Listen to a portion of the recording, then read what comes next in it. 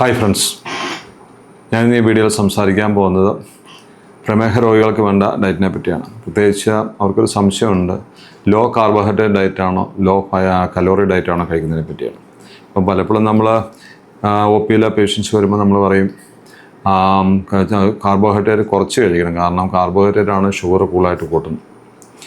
അപ്പോൾ ഈ വീഡിയോയിൽ അതിനെപ്പറ്റിയാണ് കൂടുതലായിട്ട് ഞാൻ സംസാരിക്കാൻ പോകുന്നത്. ഞാൻ doctor Thomas Joseph, consultant physician, diabetologist, Carmel medical centre, Pala. അപ്പോൾ നമ്മുടെ ഒരു സ്റ്റേപ്പിൾ ഡയറ്റ്, അത് നമ്മൾ സ്ഥിരമായിട്ട് കഴിക്കുന്ന പ്രത്യേകിച്ച് സൗത്ത് ഇന്ത്യൻസ് നമുക്ക് അരിയാഹാരമാണ്, ചോറാണ് കൂടുതൽ, റൈസാണ് കൂടുതൽ കഴിക്കുക. അപ്പോൾ നമ്മൾ പ്രത്യേകിച്ച് രോഗികൾ വരുമ്പം അവരോട് ചോറ് കഴിക്കണമെന്ന് പറഞ്ഞവർക്ക് പ്രയാസം വരും. അതുകൊണ്ട് നമ്മളെന്തായാലും ചോറ് കുറച്ചുള്ള ആഹാരക്രമം, അതായത് ലോ കാർബോഹൈഡ്രേറ്റ്, അതിൻ്റെ കൂട്ടത്തിൽ കലോറി കുറയാത്ത ഡയറ്റ്. അപ്പം കലോറി നമുക്ക് കൂട്ടണമെങ്കിൽ കാർബോഹൈഡ്രേറ്റിനേക്കാൾ നല്ല പ്രോട്ടീനും ഫാറ്റും കൂടുതലാണ്. അപ്പം ഡയബറ്റിക് പേഷ്യൻസ് കൂടുതലായിട്ട് കാർബോഹൈഡ്രേറ്റ് കുറയ്ക്കുക. കാരണം എന്ന് വെച്ചാൽ സാധാരണ കഴിക്കുന്ന പോലെ ചോറ് കഴിക്കരുത്. നമ്മളൊരു പ്ലേറ്റിൽ ചോറ് എടുക്കുകയാണെങ്കിൽ നമ്മൾ പറയും ഒരു 4:1 പോർഷൻ കാർബോഹൈഡ്രേറ്റ് എന്ന് പറയും. അതായത് നമ്മളൊരു പ്ലേറ്റിൽ 4:1 എടുക്കുകയാണെങ്കിൽ ഒരു 1.5 തവി ചോറ് പറ്റും, 1.5 കപ്പ് ചോറ് പാത്രം എടുക്കാവുള്ളൂ. അപ്പം ചോറ് കഴിക്കാം, റൈസ് കഴിക്കണം, അത് ഉച്ചയ്ക്ക്. അപ്പോൾ 2 നേരം കഴിക്കുന്നവർക്ക് ചിലർക്ക് 2 നേരം കഴിക്കാൻ നിർബന്ധമുണ്ട്. അങ്ങനെയാകുമ്പോൾ കുറച്ചും കൂടി അളവ് കുറയ്ക്കുക. അപ്പം പ്രോട്ടീൻ്റെ അളവ് കൂട്ടുക. അപ്പം നമ്മളൊരു ക്വാർട്ടർ പ്ലേറ്റ് കൺസെപ്റ്റ് ആകുമ്പോൾ, അതായത് 4:1 carbohydrate, 4:1 protein, 4:1 fat, 4:1 fruits and vegetables വരുമ്പോൾ, ഇപ്പം ക്വാർട്ടർ പ്ലേറ്റ് കൺസെപ്റ്റ് വരുമ്പോഴത്തേനും നമ്മൾ 4:1 പോർഷൻ റൈസ് എടുക്കുമ്പം ഏകദേശം 1.5 കപ്പ് റൈസ് വരുള്ളൂ. 1.5 കപ്പ് റൈസ് കൂട്ടത്തിൽ നമ്മൾ പ്രോട്ടീൻ അളവും ഒരു 4:1 ആക്കുക. അത് നോർമൽ നമ്മൾ ഒരു ബാലൻസ് ഡയറ്റിൽ 50% കാർബോഹൈഡ്രേറ്റ്, 30% പ്രോട്ടീൻ, 20% ഫാറ്റ് കഴിക്കുന്നു. അപ്പോൾ അത് നോർമൽ ഡയറ്റാണ്, നോർമൽ അളവ്. പക്ഷേ പ്രമേഹ രോഗികളെ സംബന്ധിച്ചിടത്തോളം നമുക്ക് ആ ഒരു ഡയറ്റിൽ പോകാൻ പറ്റില്ല. കാരണം അവർക്ക് കാർബോഹൈഡ്രേറ്റ് നമ്മൾ കുറയ്ക്കും, ഒരു 20% അല്ലെങ്കിൽ 30% വരും. അപ്പം 30% താഴെ 20 to 30% കാർബോഹൈഡ്രേറ്റ് ആക്കിയിട്ട് പ്രോട്ടീൻ നമ്മൾ കൂട്ടുന്നു ഒരു 40 to 50%. ഫാറ്റാണെങ്കിൽ ഒരു 30%, 20-30% പോകണം. ആ ഒരു അളവ് വരുമ്പോഴത്തേനും നമുക്ക് കാർബോഹൈഡ്രേറ്റ് കുറവായിരിക്കും, ലോ കാർബോഹൈഡ്രേറ്റ്. പക്ഷേ എന്നാൽ എനർജി ബാലൻസ് കലോറി വൈസ് നോക്കുമ്പോൾ പ്രോട്ടീൻ ഉള്ളതുകൊണ്ട് കലോറി കൂടുതലായിട്ട് കിട്ടും. ഇത് പ്രത്യേകിച്ച് പ്രായമുള്ളവർക്ക്, എല്ലാവരും ഡയബറ്റീസിനാണ് ഇതിന് പ്രധാന ഗുണം. കാരണം അവരെ സംബന്ധിച്ചോളം അവർക്ക് പ്രത്യേകിച്ച് നമ്മൾ ഒത്തിരി ചോറ് കുറയ്ക്കുക, നോർമൽ കഴിക്കുന്ന ആഹാരം കുറയ്ക്കുമ്പോൾ അവർക്ക് പ്രയാസം വരും.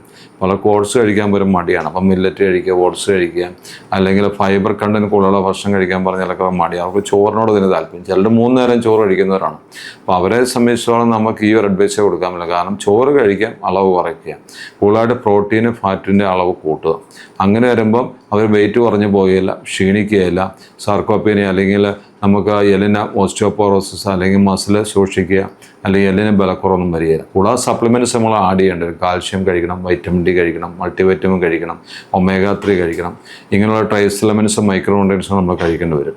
പലപ്പോഴും നമ്മൾ അവരെ അഡ്വൈസ് ചെയ്യുന്നത്, ഇപ്പോൾ പ്രോട്ടീൻ നമ്മൾ എക്സാമ്പിൾ കൂടുതലായിട്ട് കഴിക്കുന്നത് പാലുൽപ്പന്നങ്ങൾ കൂടുതലായിട്ട് കഴിക്കുക. രാവിലെയും വൈകിട്ടും 1 ഗ്ലാസ് പാലിൽ പ്രോട്ടീൻ പൗഡർ ഇട്ട് കഴിക്കുക, അല്ലെങ്കിൽ വേറെ എന്തെങ്കിലും നമുക്ക് ആഡ് ചെയ്ത് കഴിക്കാൻ പറ്റും. അപ്പോൾ അങ്ങനെ ആകുമ്പോൾ പ്രോട്ടീന് കുറവ് നിർത്താം. പിന്നെ ഫാറ്റ് നമ്മൾ ഡയറക്റ്റായിട്ട് നമുക്ക് ചിക്കൻ കഴിക്കാം, പിന്നെ മുട്ടകൾ കഴിക്കാം, പിന്നെ വെജിറ്റേറിയൻസ് ആണെങ്കിൽ പൾസസ്, പയറുവർഗ്ഗങ്ങൾ കൂടുതലായിട്ട് കഴിക്കാം.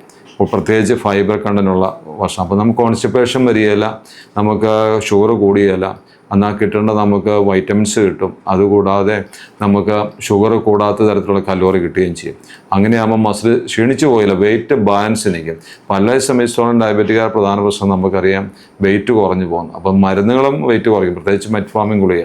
അപ്പോൾ നമുക്ക് ബാലൻസ് ചെയ്യുന്ന ഡ്രഗ്സ് വേണം, പക്ഷേ കോസ്റ്റ് കൂടാൻ പാടില്ല.